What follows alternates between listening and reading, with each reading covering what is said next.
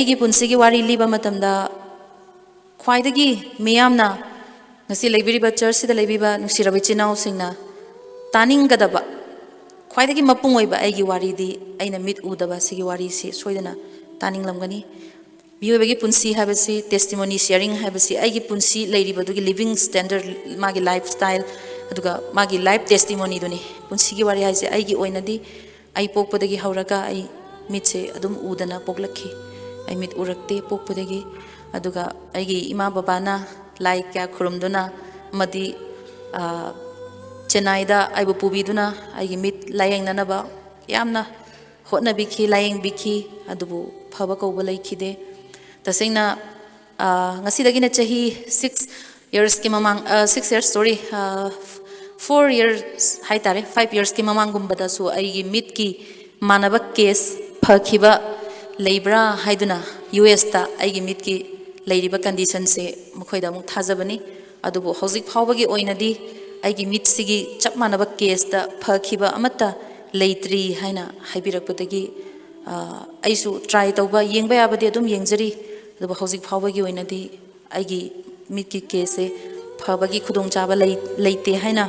अदुम हाइबिबा दु ओइ अदुगा खरा तेना हाइजरबदा आइगी अइना तसेना पोकपदगी हौरगा मिट उरक्तबा हाइबसी तसेना मिट उबा कना कना गुंबा फावसु मसागी थबक मथंदा तौजबदा ngamdaba matam leiribane kainom thaba ama torokpada ai thanda yadre nang simta pangbiu haiba matam leiribani adubu aigidi mi ngonda hairak kai haini aigidi hadi mi amoina hingba matamda auba mi phawba kanagumba amagi mateng darkar leiba matam leiribani adu ergadi mit udaba mi ama oina isana amadi adomna hingbiram bataragadi kayam wana hinglamgadage तसेना हारगदी यामना वाय आइगे पुंसीसे तसेना निंगसिंगलुबदा आइगे पुंसी हौखिबा मयामदो निंगसिंगपा मतमददी आई मित्तगी P तारकनु हाइबा यादे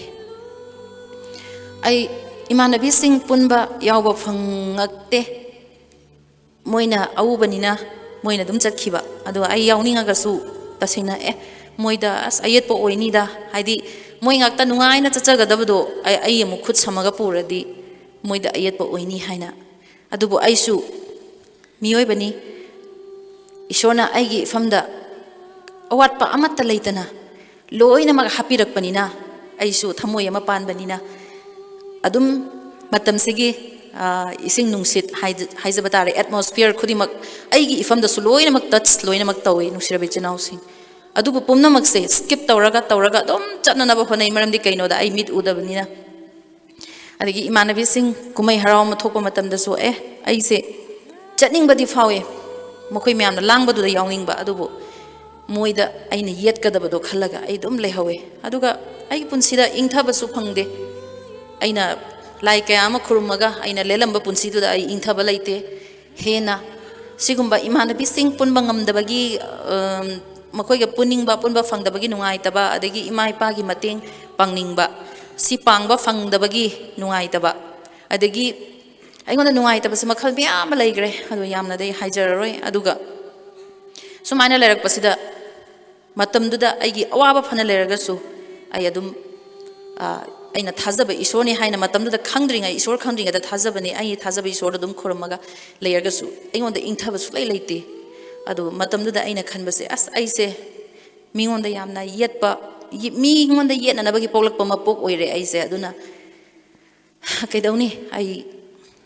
इथंदा सिखिबने हेना फरेदा हाइना खनबा मतमसे मसिंग खंगदना यावे नुसिरबे चिनावसे मसिंग खंगदना यावे अइ युमदो building अमा साइ अदु याम चावबदि नते खोइगी खरा अपिक high तारे कानी गुम्बगिने अदु ख्वाइदगी लास्ट फ्लोर हाई तारे ख्वाइ मथक मतोनसिदा अइना अइदि साउंड से खरा स्लिप ओइबा पामजै हाइना इंग चिकपसि पामजै हाइना अइ मथक सिदा लैजबने अदु अइना यामना अस अइसे मिगोंदा याम येतमल्लेदा अदगी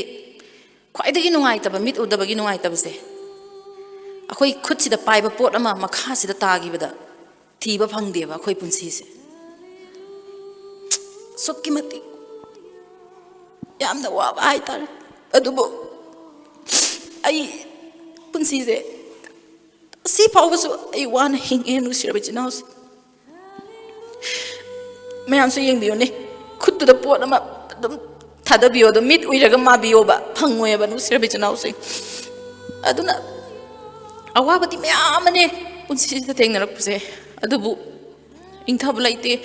ꯑꯗꯨ ꯃꯇꯝꯗꯨꯗ ꯈꯜꯂꯦ ꯑꯁ ꯑꯩꯁꯦ ꯏꯁꯥꯅ ꯄꯥꯏꯕ ꯄꯣꯠ ꯐꯥꯎꯕ ꯐꯖꯅ ꯊꯤꯕ ꯐꯪꯗꯦ ꯄꯣꯠꯁꯤꯅ ꯑꯣꯏꯅ ꯑꯩꯉꯣꯟꯗ ꯂꯛꯅꯕꯤꯕꯒꯨꯝ ꯇꯧꯋꯦ ꯑꯗꯨꯗꯗꯤ ꯑꯩꯅ ꯑꯁ ꯑꯩ ꯁꯤꯔꯒꯦꯗ ꯑꯩ ꯁꯤꯔꯒꯦ ꯑꯩ ꯀꯩꯗꯧꯔꯨꯗꯣꯏꯅꯣ ꯃꯇꯝꯗꯨꯗ ꯑꯩꯁꯦ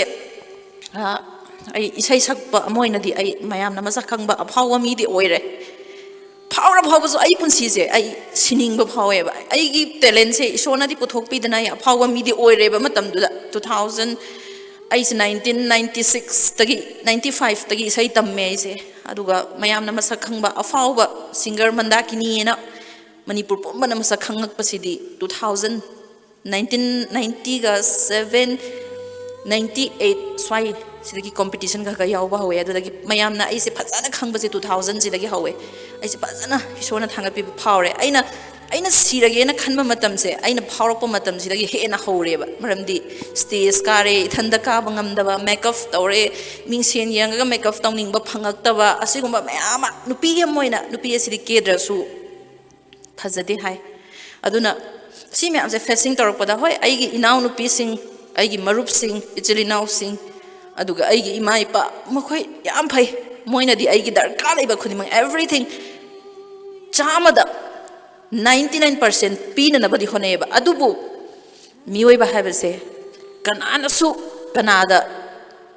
mating lowning da bani ba mioi ba se aduna makhoina phasana mating pangbi aduga ngasi jo ai inaw nupi ani aigi langminari sene ado makoi myam sina aigi pena na ba aigi nungai na ba yamna tobi loina mak aduga aigi hauki ba daigi inaw nupi myam laiki adagi aigi family aigi imai ba ibung adagi ichinaw swing myam sina adagi asida hojik te amuk timgi leiriba aigi ibung ipwa myam sina su moigi mit myam sina all round yengaga aise soidana ba moina ngakpi senbiraga pui hojik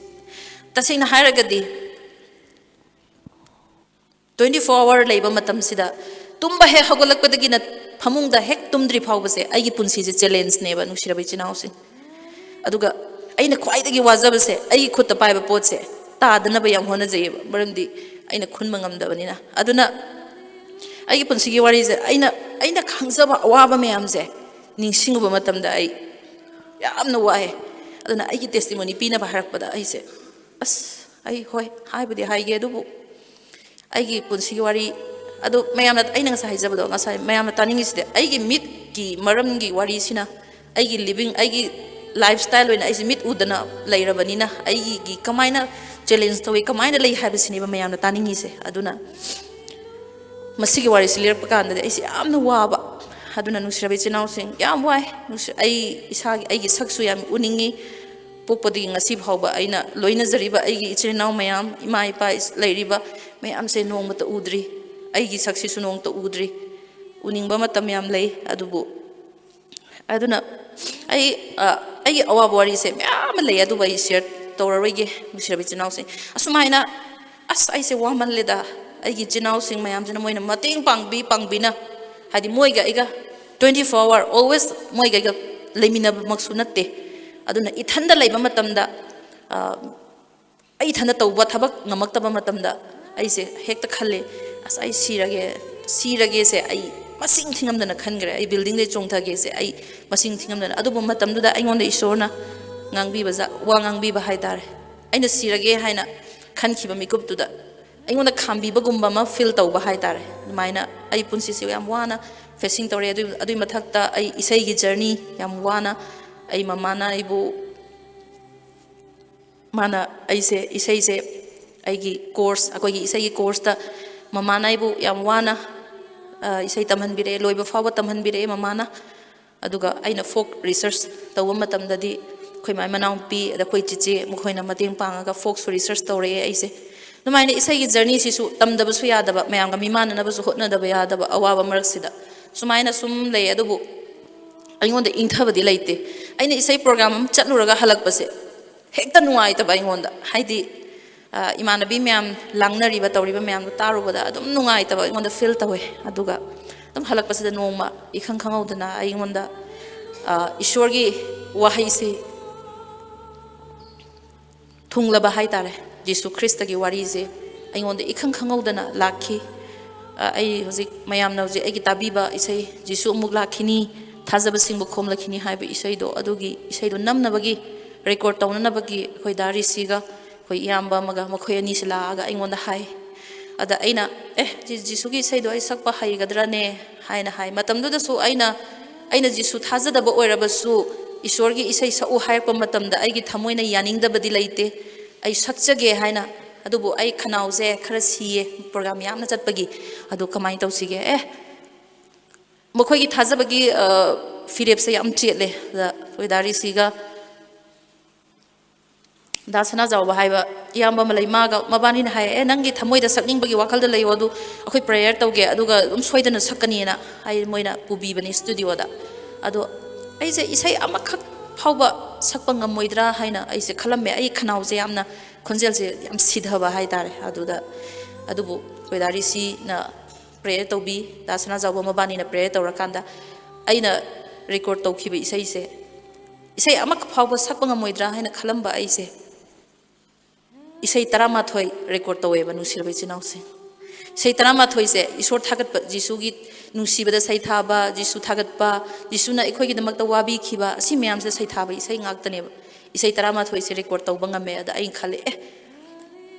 जीसु से अहिंगबा ईश्वरदी ओइबजानिको अइने इसै अमा फाव सकपा ngमोइना खलम्बदो मखोइना prayer तौबीबदुगी मपाना अइ इसै अमक फाव सकपा ngमोइ खलम्बा हिनि इसै 13 record तौबा ngamba सिदि आइगी पुनसिदा अमु हन्ना थोअरोइको सिसे हाइना खलगा आइगी थमोइदसु ईश्वर से अहिंगबनी हाइबगी थाजबा मदि लाखी अदुगी तुंगदा अइगोंदा बरोइना आई क्रिस्टियन ओरकपसिदि अखोय दारिसिना अयाम्बा आइगी अयाम्बा नते चामदा चामा हाइतारे 100 अखोय ngasi लोगोस की कीबोर्ड लेरोइना लाकपिरिबा अदु लोगोस की टीम लीडर ओइबिरिबा अखोय दारिसी दारिसीना अइगोंदा ईश्वरगी वाहैसे लिबिरगा अदो अइना क्रिस्टियन ओइरकनबा होनबदा महाक यामना वाबीखिबनी अदो चही अइना क्रिस्टियन ओइनबा होनबदा वारी लिबदा 5 years चंगी चही मंगा चंगे आइसु ईश्वर थाजदबगी नत्ते ईश्वरगी मरमसे चुम्ब्रा केदौबनो हाइना अइ याम कुपना थिजखी अदुगी तुंगदा अइगोंदा ईश्वरगी वाहैसे तारगा इंथबा लेरमदबा आइगी पुनसिसिदा अइगोंदा इंथबा वाखल लाकपा हौरे अदुगा अइगोंदा हेना सीरगे हाइना द खलम्बा आइगी वाखलसे हिंगनिंगबगी आशा करिगुम्बा कांदा फावरकपा मतम लाखरे ईश्वरगी वाहै तारुबदगी अदुदगी सिगे मतकसिदा अखोयगी blind person Singh मयामगा मिमानददना हौरकपा मखोंग चटपा ngamdabsu oisanu aduga mamit udabsu oisanu loan thoktabsu oisanu asi singse Christian nataba atoppa mi singnadi mapa mamana mahan hanmuki mapokta pap torongani aduduna moise mama mapagi pap tuna moina mamit udrini moina mana tadrini moina maron thoktrine na sumaina lana treat tawbasu leyeba nusirabi chanausi adubu aina matamda aigi ima baba phauba aise warokhiba as noina pap tawbai maramnani ko ai ngasi mit udri se kaina angang waringida moi phauba asuk yamna wana aibu kadai da kari soi khida gyani yengsin biri bai gi ima ipa do phauba ai nusi khidaba nusi raktaba matam lei khiba noina pap tawbai ni ko ina mit udri se aduga kona last di aina ishor gi wahai bible se dum pedari sina wari lina mana aingonda bible so dum pau kholo han haibda ise bible se dum pai parakanda in a Bible verse amakak thingnajabani gospel Johan chapter 9 verse 1 to 3 and 41 se gospel Johan chapter 9 verse 1 to 3 and 41 sida irambase aina parubane haibdi jisuna sum lakpada pokpadi mamit udraba nupa ma thengnai maduda mana magi sebok singduna rabi ma sumai nupa ma sumai mamit udri se karigino mana mit udri se magi mama mapana pap tawbagira natraga angang sina pap tawbagira haina magi sebok singduna hangba kanda magi sebok singda Jisu na khumki natte mana mit udana pokli base mama mapa na pap tawbagi sunatte aduga angang asina pap tawbagi sunatte adubu mahak na mit udana pokli base Eshor gi matik manga phungdoknabani haina Bible verse da ina thengnabani aduga hariba Bible sigi Gospel Johan chapter 9 verse 41 da su hai nakhoi na mit ubagi maram na nakhoi pap leiri adubu nakhoi mit uramdrabadi nakhoi mit na torok pap khudimak to leiram loidabani hain pap tawba habese pap ki horok phamdi uraga pap tawba sineba segna haraga di nusirabe jinause aduna uraga akhoi gi mit sina khanba phawba pap ne hay adudi uraga tawribadudi kayamo yana pap chawramgani aduda ai ithanda proud ama Eshor da chawthok chaba laiki maramdi o Eshor aibu mit udana pokhalam liba se aingonda gina laibak faba kana mata leramdre Eshor nangdi achumba asengba Eshor oiraga lerame maramdi aina mit una pokamabadi Eshor gi matik mangal phongdokpa ngamlamdaba su yai adubu ngasi aina mit uramdabana Eshor gi matik mangal phongdokpa ngamme haina ai Thajaba se aduda lei aduna o ai khoibu pap mama mapa gi pap na mit udribani haibado totally laalaga leiramba haitare khoigi asengba Eshor gi wahaina irambadadi mit udraba singi pap mit na torakadaba pap khudimak leite haina iramba sida aina tasengna Eshor da chawthok chabaga lena haraujaba fauki aduna masigi wahai sina aingonda hena thauna pibiki hena aingonda hingningbagi wakhal hena fauhan birakhi aduga ngasai mamangda khoidari sina aingonda haikhiba Eshor gi wahai sing mayam dusu aina ningsingjara kanda aise 2014 gi July 27 da aise baptize tawjarakpani sifausina Eshor lausindringai gi mamangi wari oikre aduga Eshor lausilaba tungdagidi aigi punsida lakpa changes singdo khajiktanga haijaramge yam sangnadi matam laujararoi ai dada ramandasu leibibanina Eshor gi wahai mayam ma khoi tamina hausi ngasi ai Ebungo laklingai sida aigi loisilakpasida ina haijaningse Eshor lausilaba tungdagidi ai thanda siningbasu phaukhidre aduga awaba mayam mayoknaragasu aingonda madu face tawba ngambagi aingonda thauna lakre maramdi aigi warasu any problem awaba malerakpada aigi Eshor da aigi ipa Eshor aigi punsi se asini si oire nahang naibu chingbiu pangbiu haina aigi achikpakada aina prayer tawjaba aina ipada aina haijaba matamda prayer loiba matamda aigi awabase loina kokpa ngambagi aingonda adugumba ngaiba ma aingonda faurakre nusirabe jinause aduna hojik aikhoina Christian oiba yaroi Christian tokadabani haibagi pressure yamna leye khoida maroina aingonda yamna leye Christian to o Christian dharma se nokhoi chatkanona yam kanna aingonda haiba lei madugi chapchabadudi kana na haiba habadudi mi mamingdi panjaroi aduna aina nusirabe jinau singda haijari aina Christian oidringaida maithi khiba thabak kayama laiki adubu aina Christian oiraba tungda aina mai pakhiba mayama oikhi tasengna aina 2012 da aise GTV sarega mapada competition chachabani matamduda Eshor gi wahidi khara taba haure Jisu di lausindri adu matamduda aise top 15 phawba selection phangaga competition round di yawba phanghanbirakte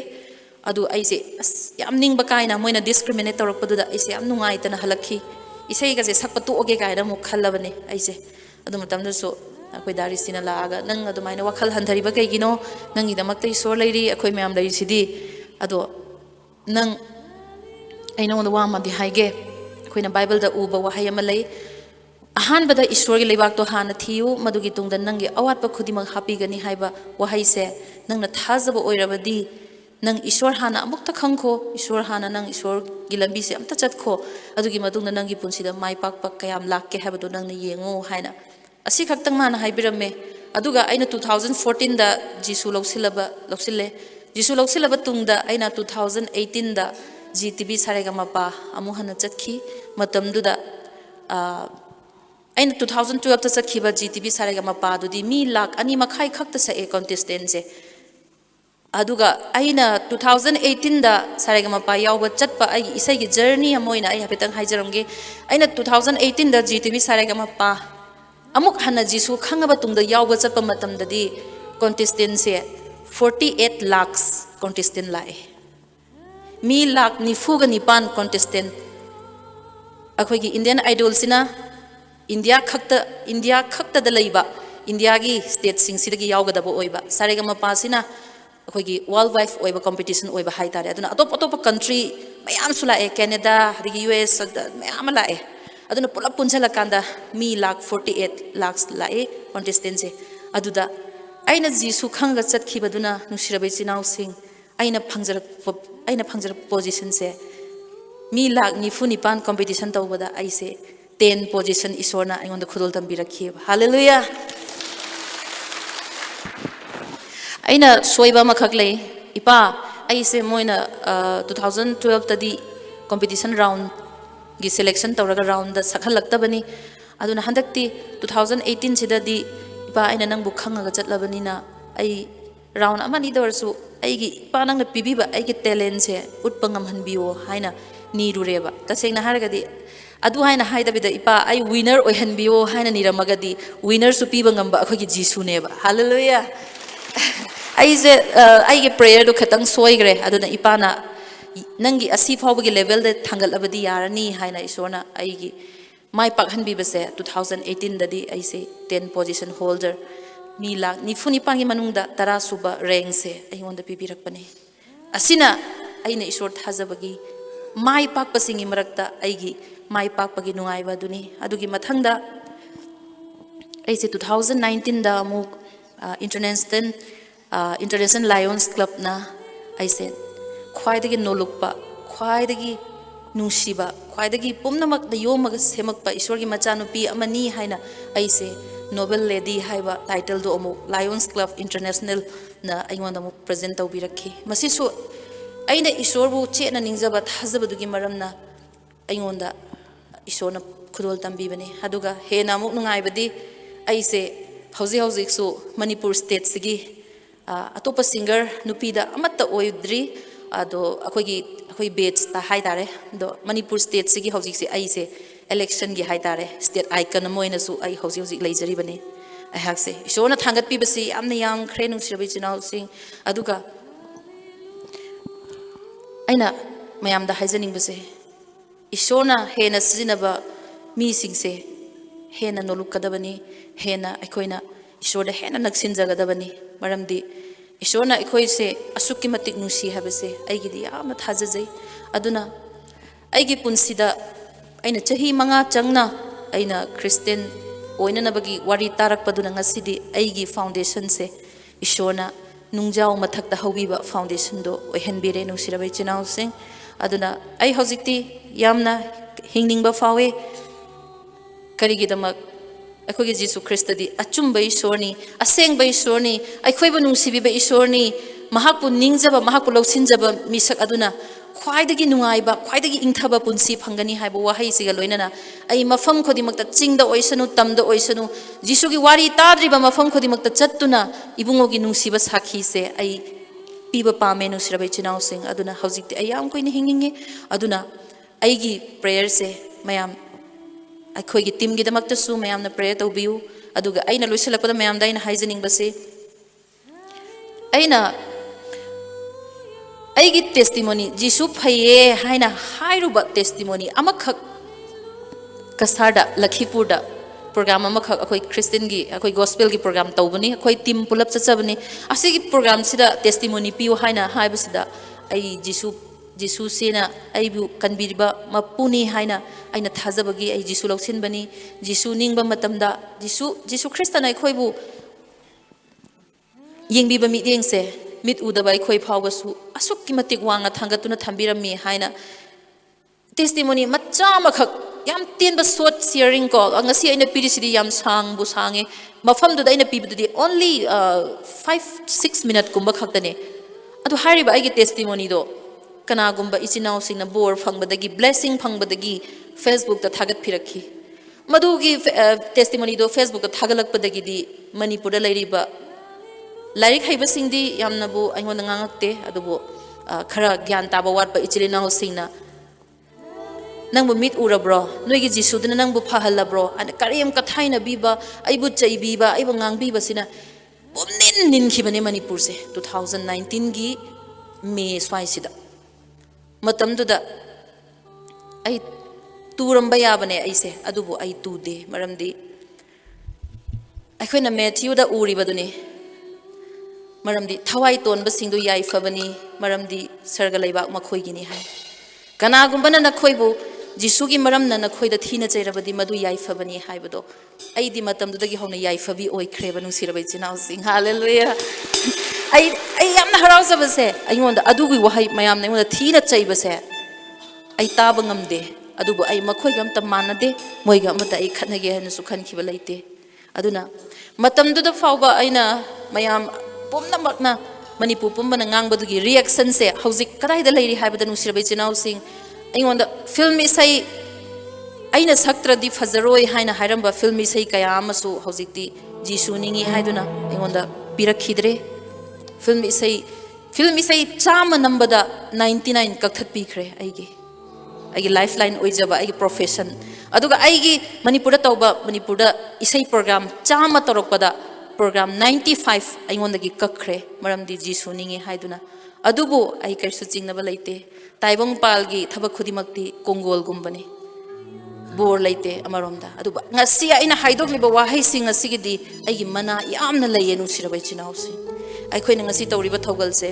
kaisu lemna mangba leite aduna aroibada aina mayamda haijari ai jisu bu thadogloi ai jisu bu yam nungsi mahakna ekhoi gi damakta kathok pikhiba mayam do adu yongna ekhoi na ngasi thogal tawriba si phausu ngamba nate aduna ngasi aina mit udabagi awaba wari khara dang share tawda mayam su thamoi kairamgani adu ai ngasi warabasu hoji ai inaw nupi sing lai adigi team sigi ai gi siraba ibung sing ipwa sing mayam siga hojikti chatminare yam nuaire aduna hojikti aingonda ing thaba fange ai asa leire hingningba faure aduga mi busu hena nusiba ngamme aduna aigi dream aigi mang aigi asa ma khak leije aigi dream se ngasi aina taibang panbada mit udadana awaba mayam mayok naraga leirabasu ai mado awabaduna ngamhalloi maramdi ai adum awabadugi mathakta Eshorga loina duna ai madudagi aina face tawba ngamnaba hona duna dum chatkani masingamnabagi damang mayam prayer tawbiu aduga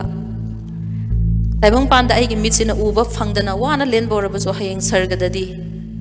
aigi mitsina hek pangthorakpa matamda aigi mitsina hek ubaga ahan boina ihan hana ugadabado kanbiba mapu Prabhu Jisu Christabu aigi mitna ugani haibasini aigi thajabase thank you ai testimony se swai phawda pisage